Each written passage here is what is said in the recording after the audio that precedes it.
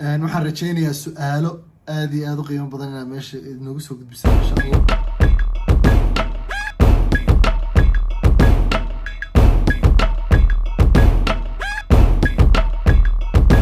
waa salaamantiina khiyaarta meel walbaad joogtaan.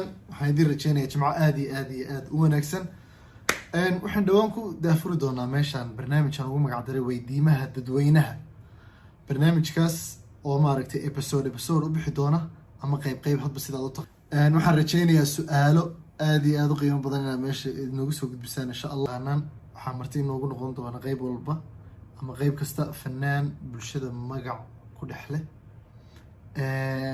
kulle qaybtan ugu horeysa fanaanka anaa inoo xulay, fanaanan aad iyo aad u jecelaho saaxiib lahay oo walaalkaya, kana mid ah fanaaniinta aan aad codkooda ugu raaxaysto iyo weliba laxamadooda. waa alfanaan qamar sugaani. haddaba barnaamijka iyo siduu u dhici doono, su-aalaha kolley waxay ka iman doonaan idinka dhankiina. su-aalahuna waxa aan rajaynayaa inaadan ka dhigin su-aalo personal attacka. waxaan idinka codsanayaa inay u badnaadaan su-aalo faniya, su-aalo maaragtay nolosha kale ee maaragtay ku saabsan, haddii doonto dhankiisa fanka ama dhanka kale ee noloshiisa kale, idinku waxyaabo kaloo faniya. marka su-aalba su-aasha ay maaragtay ka shactiro badan tahay ama macaanta ama ka xulanta ka wanaagsan tahay baan qaadan doonaa. aniguna su-aalaha ma weydiin doono dabcan sina idiin sheegay. su-aalaha waa su-aalihiina. muhiimadan waxa weeye dadka taageerayaasha ama dadka fankiisa taageera ee aan soo gaari karin ama codkiisa aan soo gaari karin inaan bartan ku wada sheekeysano oo barnaamij aad iyo aad u qurux badan inoo dhaco. barnaamijkan ka xiga marka wuxuu noqon doonaa hadduu alla idmo in mid aad idinku fanaan ka codsan doontaan. laakiin kan maadaama barnaamij cusub iska yahay wuxuu noqon doonaa inaan aniga inoo xulo. waxaan rajaynayaa su-aalo aad iyo aad u qiimo badan inaad meesha noogu soo gudbisaan insha allah.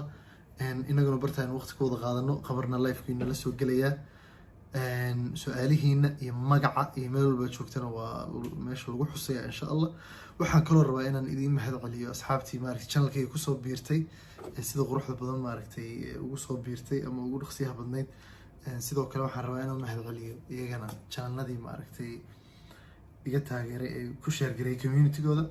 asxaabtii intaan channelkan aragna waxaan ka codsanayaa inay like iyo subscribe iyo ay siiyaan si ay ula socdaan wixii hadda ka dambeeya ee aan rajaynaya inay noqon doonaan waxyaaba aada u xiiso badan.